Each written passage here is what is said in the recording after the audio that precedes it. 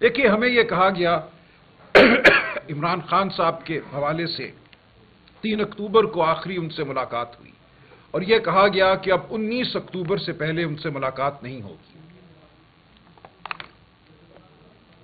ایک 16 دن کا وقفہ تاریکی میں ڈوبا ہوا، نہ ان کی صحت کے حوالے سے کچھ بتایا جائے گا، نہ کسی اور حوالے سے ان سے کوئی ملاقات ہوگی، نہ وکلاء کی، نہ سیاسی رفقا کی، نہ خاندان کی۔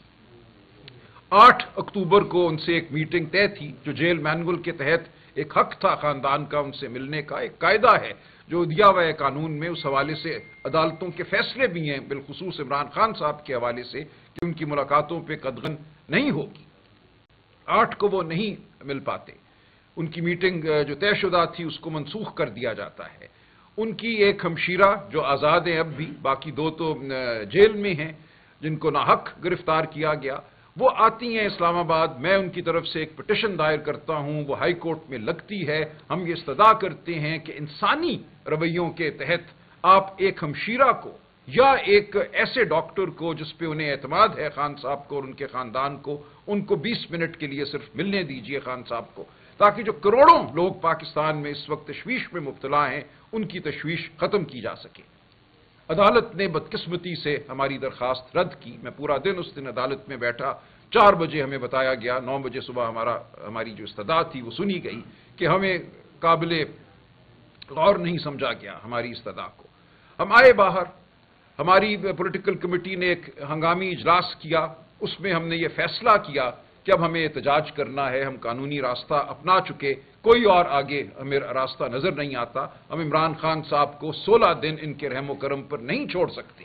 ہم سب تشویش میں مبتلا تھے، خان صاحب کے حوالے سے، ان کی صحت کے حوالے سے، ان کی فکر تھی ہمیں۔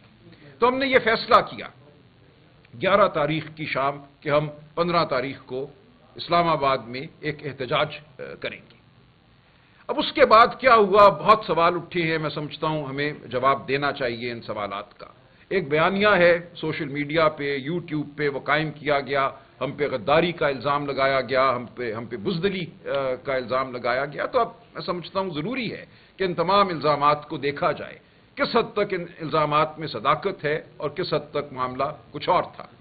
ہوا اس طرح سے، اب میں آپ سے عرض کرتا ہوں بطور سیکرٹری جنرل، جب 11 تاریخ کی شام یہ فیصلہ ہو گیا کہ 15 کو ہم نے آنا ہے اسلام آباد اپنا احتجاج ریکارڈ کرنے، پرامن احتجاج ریکارڈ کرنے، ہم نے کبھی توڑ پھوڑ نہیں کی۔ خان صاحب کی پوری سیاست اس چیز کی گواہ ہے کہ ہم نے تخریب کی سیاست نہیں کی۔ سڑک پہ آنا ہمارا بنیادی حق ہے، اس حق کو اب اس رجیم نے اس دور میں ایک جرم سمجھ لیا گیا ہے، اور یہ ہمارے حوالے سے نہیں، جو بچوں کے ساتھ ہو رہا ہے، جو اس وقت پنجاب میں اور پورے پاکستان میں اس وقت جو ایک تشویش کی لہر ہے، جو ہمارے بچے سڑکوں پر آ رہے ہیں، جو ان کے ساتھ سلوک کیا جا رہا ہے، ان کو مجرم سمجھا جا رہا ہے۔ یہ نہیں ہے مجرم، انگریز بھی اس کا حق دیتا تھا، بڑے بڑے مجمع برپا ہوتے تھے، لوگ سڑکوں پر مارچ کرتے تھے، احتجاج کرتے تھے، نعرے لگاتے تھے۔ یہ کب سے جرم ہو گیا؟ یہ ایک بنیادی انسانی حق ہے احتجاج۔ اس احتجاج کو آپ نے جرم کا نام دیا، آپ نے کہا جو آئے گا ہم اس کو مار پیٹ کے ختم کر دیں گے، اس کو مبوس کریں گے، مقدمہ بنائیں گے یا مقدمہ نہیں بنائیں گے، اس کو اغوا کر کے کسی کال کوٹری میں ڈال دیں گے۔ آج انتظار پنجھوتا کہاں ہے؟ آج 9واں دن ہے، انتظار پنجھوتا کا کچھ پتہ نہیں، اس کے خلاف نہ کوئی مقدمہ ہے، نہ اسے کسی عدالت میں پیش کیا گیا۔ تو یہ ہے وہ صورتحال جس سے ہم دوچار تھے۔ 12-13 تاریخ کے دوران مجھے مختلف علاقوں سے، پنجاب، خیبر پختونخوا اور اس سے آگے بھی، ایم پی اے حضرات کے فون آئے، تقریباً 70-75 ایم پی اے حضرات کے مجھ سے رابطہ ہوا، اور مجھے یہ کہا گیا کہ جو فسطائیت کا عالم ہے اس وقت 4 اور 5 اکتوبر کے بعد، جتنے لوگ ہمارے اٹھا لیے گئے ہیں، بے گناہ لوگ اٹھا لیے گئے ہیں، جو بچوں کو مارا پیٹا گیا ہے، تو ہم اس وقت اس قابل اپنے آپ کو نہیں پاتے کہ ہم اسلام آباد صحیح طریقے سے آ سکیں۔ ہم روپوش ہیں، ہم گھر سے باہر نکلنے کی حالت میں نہیں ہیں۔ تو اس حوالے سے یہ کہا گیا کہ اس بارے میں غور کیا جائے، شاید ہم اس طریقے سے اسلام آباد نہ پہنچ سکیں، جو ہمارے راستے میں کنٹینر لگائے جائیں گے، جو ہم پر شیلنگ ہوگی، جو مار پیٹ ہوگی۔ پہلے ہی ہم اپنے بہت سے لوگ کھو بیٹھے ہیں، جو حکومت خانوں میں ہیں، جو تھانوں میں ہیں، تو غور کیجیے۔ ہم نے یہ بات پولیٹیکل کمیٹی کے سامنے رکھی۔ اس پہ غور جاری تھا. ہم سمجھتے تھے کہ اس کے باوجود ہمیں اپنا احتجاج جو ہے وہ ریکارڈ کرنا چاہیے کہ ہمیں مختلف ایمبسیز سے، دوست ممالک کی ایمبسیز سے، وہ ممالک جنہوں نے یہاں شرکت کرنی تھی ایس سی او کے اجلاس میں، ان کی جانب سے درخواستیں وصول ہوئیں کہ آپ یہ احتجاج نہ کیجیے 15 کو. اب یہ وہ ممالک ہیں جن کے ساتھ ہمارا حکومت میں قریبی تعلق رہا ہے. ہم ان کو پاکستان کا خیر خواہ سمجھتے ہیں. آئندہ بھی ہم سمجھتے ہیں کہ اس ملک کی حقیقی حکومت عمران خان صاحب کے تحت پی ٹی آئی کی حکومت ہوگی. ہم نے ان لوگوں سے، ان ریاستوں سے آئندہ بھی معاملہ رکھنا ہے.